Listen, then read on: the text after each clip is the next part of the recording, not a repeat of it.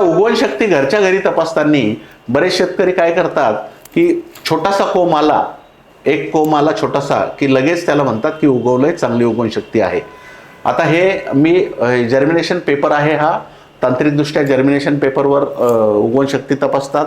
तुम्ही गोनपाट म्हणजे तुमचं जे आपलं याचं पोतं असतं गोनपाटाचं, काय म्हणतात त्याला, म्हणजे खताचं, प्लॅस्टिकचं नाही, गोनपाटाचं पोतं, तागाचं पोतं जे असतं त्याच्यावर सुद्धा तुम्ही एक 2x2चा पीस कट करून त्याच्यावर 100 दाणे ठेवून त्याला 5-6 दिवस पाणी व्यवस्थित ओलसर ठेवून, खूप जास्त पाणी नाही, ओलसर ठेवून नंतर उघडा आणि त्याला या पद्धतीचे मुळं जर आलेले असतील, या पद्धतीचे, म्हणजे 6व्या दिवशी किंवा 7व्या दिवशी तुम्ही पाहू शकता.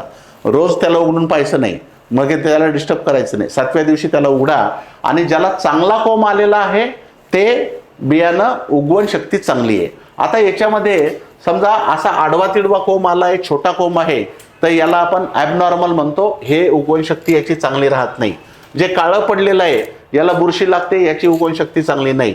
जे आखूड कोंब आहे ते सुद्धा उगवण शक्ती नाही. हे पहा, या पद्धतीचं ज्याला चांगले मुळं आडले, लांब मुळं आहेत, हे 100% जेवढं आहेत तेवढे टक्के उगवण शक्ती आहे. असं आपण घरच्या घरी सुद्धा करू शकता. पण एवढूसा कोंब आला की लगेच म्हणजे उगवण शक्ती आहे असं समजू नका. मोठे कोंब त्याला पाहिजे आणि तंदुरुस्त कोंब पाहिजे. काळं पडलेलं बियाणं नको किंवा आखूड किंवा वाकडे तिकडे कोंब नको, त्याला ॲबनॉर्मल म्हणतो. या पद्धतीनं उगवण शक्ती तुम्ही घरच्या घरी पाहू शकता. घरचं बियाणं जर असेल, पेरायचं असेल, बरेच शेतकऱ्यांचे प्रश्न असतात, आम्ही घरचं बियाणं पेरू का? तुम्हाला पेरायला हरकत नाही. आनुवंशिक शुद्धता पाहिजे आणि बियाण्याची उगवण शक्ती तपासूनच नंतर तुम्ही पेरू शकता. या पद्धतीने आता बघा, हे बुरशीजन्य बियाणं आहे, याची उगवण शक्ती आपण पकडत नाही. ह्याला छोटा कोंब आहे, याची पकडत नाही. हे चांगलं आहे, हे चांगलं आहे, हे चांगलं आहे, हे चांगलं, हे चांगलं, हे ॲबनॉर्मल म्हणतो आपण याला. हे सुद्धा ॲबनॉर्मल आहे.